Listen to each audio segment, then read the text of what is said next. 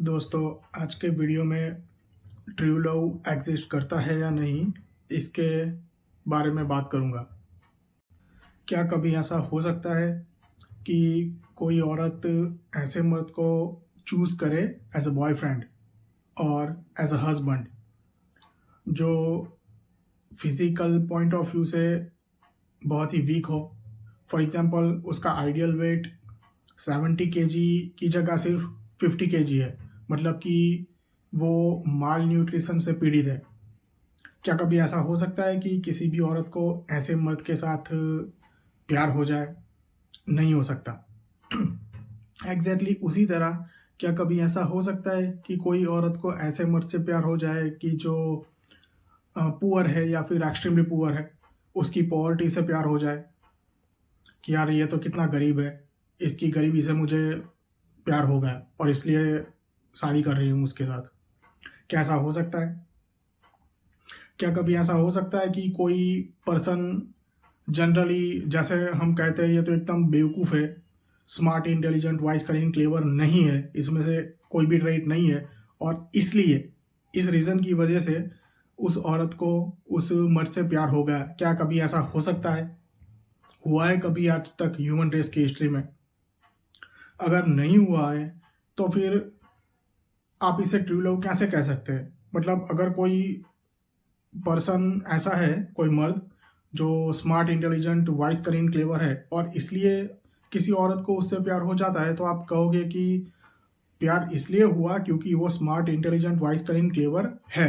अगर नहीं होता तो कभी प्यार हो ही नहीं सकता। तो इसे ट्रू लव कैसे कह सकते हैं? ये तो एक तरह का एडजस्टमेंट हुआ, एक तरह का कॉम्प्रोमाइज़ हुआ, या फिर हम कह सकते हैं कि एक तरह की बिजनेस डील। फॉर एग्जाम्पल, आप टेबल पर क्या लाते हैं? अगर मर्द कहता है कि मैं smart, intelligent, wise, cunning, clever हूँ, रिच हूँ, सक्सेसफुल हूँ, हाई सोशल स्टेटस है, परफेक्ट शेप में बॉडी है, और फिर कोई वुमन उसकी टुवर्ड अट्रैक्ट होती है, तो इसमें ट्रू लव वाली बात कौन सी है? ये तो सिंपल बिजनेस डील हुई कि ये सारे ट्रेड्स है इसलिए इंप्रेशन अट्रैक्ट हुई। अगर ये सारे ट्रेड्स निकाल दो तो क्या बचेगा? कुछ भी नहीं। तो जैसा फिल्मों में दिखाते हैं, स्पेसिफिकली हमारी हिंदी फिल्मों में, वैसा ट्रू लव जैसा कुछ भी एग्जिस्ट नहीं करता। अगर बायोलॉजी की लैंग्वेज में कहूँ तो उसे कहते हैं सिम्बायोटिक रिलेशन। सिम्बायोटिक रिलेशन में क्या होता है कि आपको उस मर्द या औरत के साथ रिलेशनशिप में रहने से कोई फ़ायदा हो रहा है, and on the other hand उस मर्द या फिर औरत को भी आपके साथ रिलेशनशिप में रहने से कुछ फ़ायदा हो रहा है। दोनों को म्यूचुअली कुछ बेनिफिट मिल रहा है एक दूसरे की कंपनी से। तो उसे, इस टाइप के रिलेशनशिप को कहते हैं बायोलॉजी की लैंग्वेज में सिम्बायोटिक रिलेशन। तो ऐसा हो सकता है, और सारे रिलेशनशिप, चाहे रोमांटिक या फिर नॉन रोमांटिक, सारे ये सिम्बायोटिक रिलेशनशिप ही है। अदरवाइज सारे इंसान सेल्फिश है, कुछ ज़्यादा अमाउंट में, कुछ लेस अमाउंट में, बट सेल्फिश तो सभी है। तो फिर ये ट्रू लव की जो फिल्मों में दिखाते हैं, ये सारी फैंटेसी, ये फिल्म क्यों बनाते हैं? इसलिए बनाते हैं क्योंकि हम इंसानों की टेंडेंसी होती है कि जो थिंग्स रियल लाइफ में हम फुलफिल नहीं कर सकते, उसके ऊपर मूवी बनाते हैं, उसकी कल्पना करके वो पूरी कर लेते हैं, जैसे फिल्मों में दिखाते हैं ट्रू लव। अब मैं ये बताऊंगा कि इसमें औरतों की कोई गलती नहीं है। अगर हम सारे मर्द औरत बनकर पैदा होते तो हम एग्जैक्टली यही करते जो सारी औरतें कर रही है।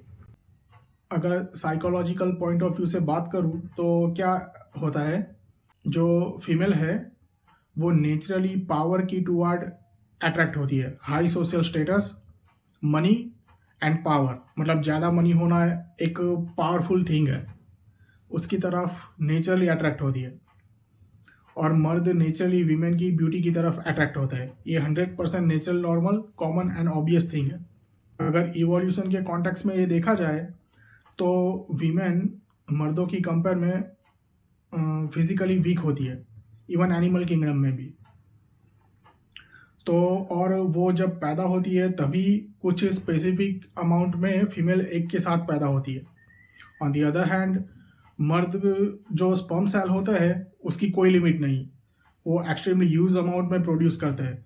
इसलिए जब एक वुमन प्रेग्नेंट हो जाती है, for example in context of evolution, जब आज से 25,000 साल पहले का टाइम था, उसके कॉन्टेक्स्ट में, तो अगर कोई वुमन प्रेग्नेंट हो जाती है तो उसे उसकी भारी कीमत चुकानी पड़ती है। 9 महीने तक बच्चे को गर्भ में पालना और भी ज़्यादा वल्नरेबल हो जाना, क्योंकि उस टाइम सारे एनिमल्स और इंसान दूसरे ट्राइब्स का खतरा था। ऐसी हालत में 9 महीने तक सर्वाइव करना खुद का भी और बच्चे का भी, और उसके बाद जब बच्चा पैदा होता है तो उसकी भी देखभाल करना, इसमें अच्छे खासे अमाउंट में टाइम, पैसा और एनर्जी खर्च होते थे। और अगर उसने किसी गलत मेल के साथ मीटिंग कर लिया तो उसकी भारी कीमत उसे और उसके बच्चे दोनों को पे करनी पड़ती थी। इसलिए वीमेन हमेशा ऐसे मर्द को चूज करती है कि जो रिच, सक्सेसफुल हो, स्ट्रॉन्ग, पावरफुल हो, हाई सोशल स्टेटस हो, जिसके पास पावर हो। पावर के अलग अलग कॉन्टेक्स्ट हो सकते हैं, जैसे कि physical strength, mentally, emotionally, psychologically strong, economically, socially, politically, educationally strong. ये सारे डिफरेंट एस्पेक्ट है पावर के। तो इन सभी पॉइंट ऑफ व्यू से जो मर्द स्ट्रॉन्ग एंड पावरफुल होता है उसे चूज करती है मेटिंग के लिए। तो अगर यही सच है तो फिर वो ट्रू लव का कंसेप्ट ही खत्म हो जाता है। ये एक तरह का एडजस्टमेंट है, एक तरह का कॉम्प्रोमाइज है, एक तरह की बिजनेस डील है। मेल नेचुरली फीमेल की टूवर्ड अट्रैक्ट होते हैं एंड फीमेल नेचुरली मेल की टूवर्ड अट्रैक्ट होती है। ये नेचुरल है, ये फिजिकल अट्रैक्शन है, ये सेक्सुअल अट्रैक्शन है, ये कोई ट्रू लव नहीं है, ये कोई प्यार नहीं है।